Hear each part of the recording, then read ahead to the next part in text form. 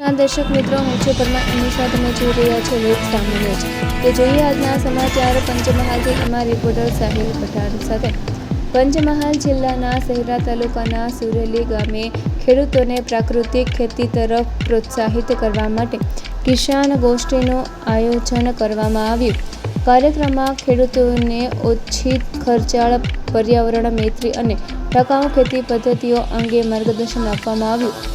નિષ્ણાતોએ પ્રાકૃતિક કૃષિના વિવિધ પાસાઓ, જીવામૃત અને ધન જીવામૃત બનાવવાની પદ્ધતિ તેમજ સરકારની વિવિધ કૃષિ યોજનાઓ અંગે વિસ્તૃત માહિતી આપી.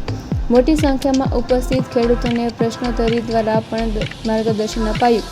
સુરેલી ગામે યોજાયેલી કિસાન ગોષ્ઠીમાં આત્મા પ્રોજેક્ટના પ્રોજેક્ટર ડાયરેક્ટર ભાવિન મહેતાએ પ્રાકૃતિક કૃષિના મહત્વ અને તેના 5 મુખ્ય આયામો વિશે માહિતી આપી. ગુજરાત રાજ્ય પ્રાકૃતિક કૃષિ વિકાસ બોર્ડના district project manager Yogeshji Patel જીવામૃત અને ધન જીવામૃત બનાવવાની પદ્ધતિ તેમજ તેના ખેતીમાં થતા ફાયદાઓ અંગે ખેડૂતોને વ્યવહારુ માર્ગદર્શન આપ્યું. આ ઉપરાંત આત્મા પ્રોજેક્ટ શહેરાના એટીએમ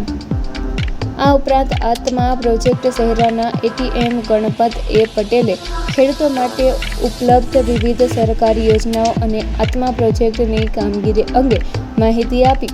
કાર્યક્રમના સફળ આયોજનમાં ટીપીએમ સચિન પરમાર, ખેતી મદદનીશ અશોક પટેલિયા તેમજ સુરેલી ક્લસ્ટરના સીઆરપી અને કૃષિ સખીઓએ મહત્વપૂર્ણ ભૂમિકા ભજવી હતી.